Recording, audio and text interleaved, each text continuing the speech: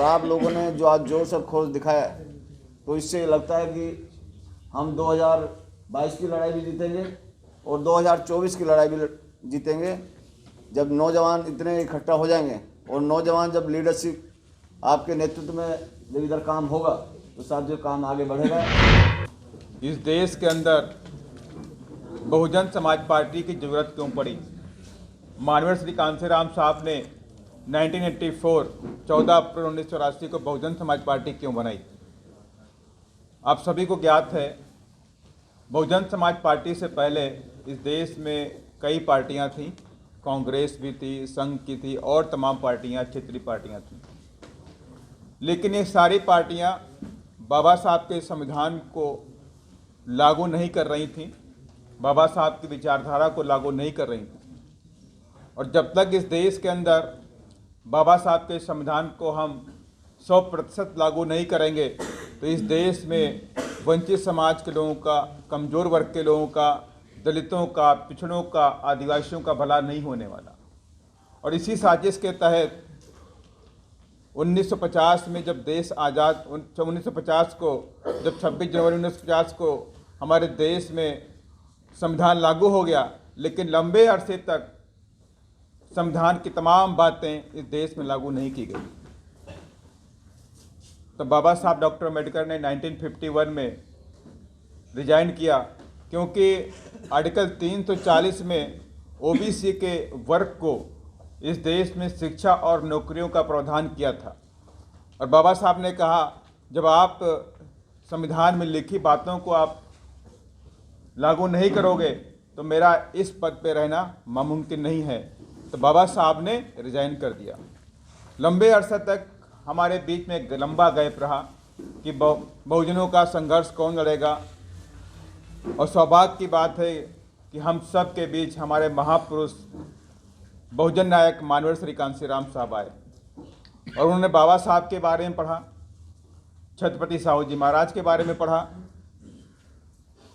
बिरसा मुंडा के बारे में पढ़ा, पीआर रामास्वामी साहब के बारे में पढ़ा, महात्मा फूले के बारे में पढ़ा। उन सब को पढ़ने के बाद ये डिसाइड कर लिया कि मैं नौकरी नहीं करूँगा, कभी घर नहीं जाऊँगा। मैं इस देश में अपने बहुजनों के लिए बाबा साहब का जो सपना है कि I want to see my society in a higher level, bureaucrats या इस देश का शासक हमको बनाना है, इस ओर काम करना पड़ेगा। और ये बाबा साहब की बातों को पढ़ने के बाद उनको एहसास भी हुआ कि इस देश की जो पार्टियां हैं वो बाबा साहब के सपनों को नहीं पूरा करेंगी।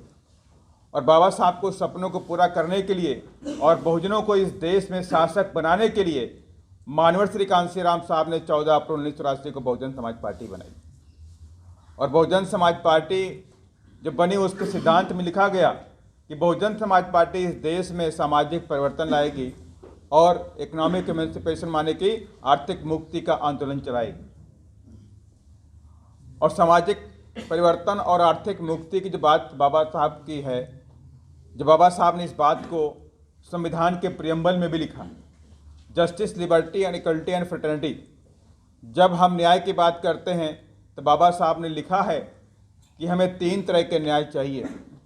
एक तो सामाजिक न्याय, आर्थिक न्याय और राजनीतिक न्याय।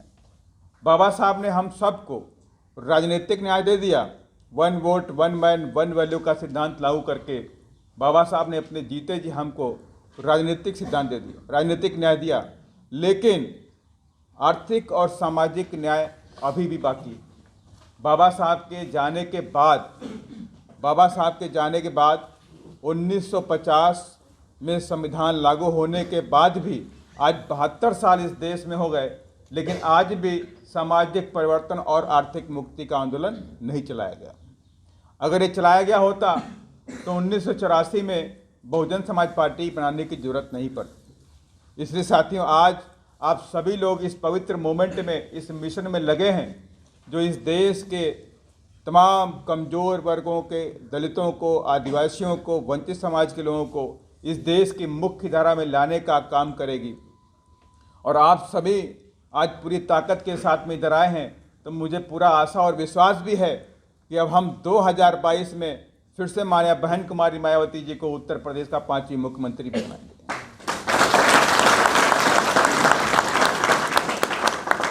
एक कहावत भी होती है कि जिस ओर जवानी चलती है उस ओर जमाना चलता है साथियों। तो आज हमारे साथ में पूरे नौजवान साथियों की पूरी टीम पूरे प्रदेश के अंदर, यही नहीं कि दिल्ली के अंदर, पूरे देश के अंदर आज नौजवान साथियों ने आज एक कसम खाई, बिला उठाया है कि बाबा साहब के सपनों को, मानवर श्री कांसीराम साहब के सपनों को, माननीय बहन जी को इस देश की गद्दी पे पहुंचाने का काम करेंगे 2024 में साथियों।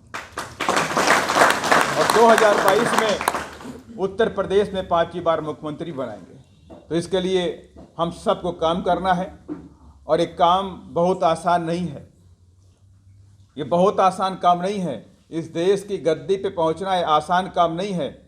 2300 साल पहले इस देश में बहुजन समाज के सम्राट अशोक इस देश के शासक बने और 2300 सालों तक आज तक इस देश में कोई भी बहुजन समाज का व्यक्ति इस देश का शासक नहीं बना। तो इसलिए आप समझ सकते हैं कि शासक बनना कितनी कठिन जंग है और इस कठिन जंग को हम सभी लोग बाबा साहब की विचारधारा, फूले की विचारधारा, साहू की विचारधारा, माननीय बहन जी का त्याग और बलिदान और संघर्ष, उसको लेकर के ये सारी चीज़ें हमारी ताकत बनती हैं और इसी ताकत के साथ आगे बढ़ कर के हम सभी लोग अपने इस पवित्र मोमेंट को, मिशन को, पार्टी को आगे बढ़ाने का काम करेंगे। और इन्हीं सब बातों के साथ मैं अपनी वाणी को विराम देने से पहले मैं चाहता हूं आप सभी लोगों का मैं स्वागत अभिनंदन करता हूं और जय भीम बोलता हूं। धन्यवाद।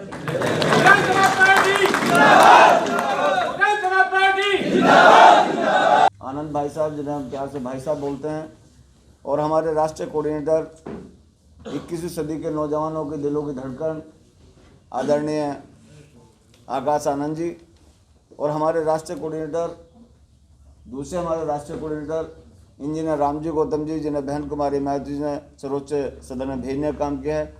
इन सब की उपस्थिति में आज आप लोगों ने इधर पार्टी को ज्वाइन किया है, अपने संगठन को विलय किया है और आप लोगों ने जो आज जोर से खोज दिखाया है, तो इससे ये लगता है कि हम 2022 की लड़ाई भी जीतेंगे और 2024 की लड़ाई भी जीतेंगे, जब नौजवान इतने इकट्ठा हो जाएंगे।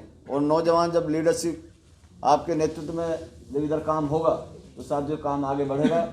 आप सब इधर आए, मैं आप सबका दिलों की गहराई से धन्यवाद करना चाहता हूं और मुझे उम्मीद है कि आप अपने क्षेत्रों में जाकर बहुजन समाज पार्टी के इस मूवमेंट को आगे बढ़ाने का काम करेंगे, ना किसी के लालच में आएंगे, ना किसी के भगाव में आएंगे।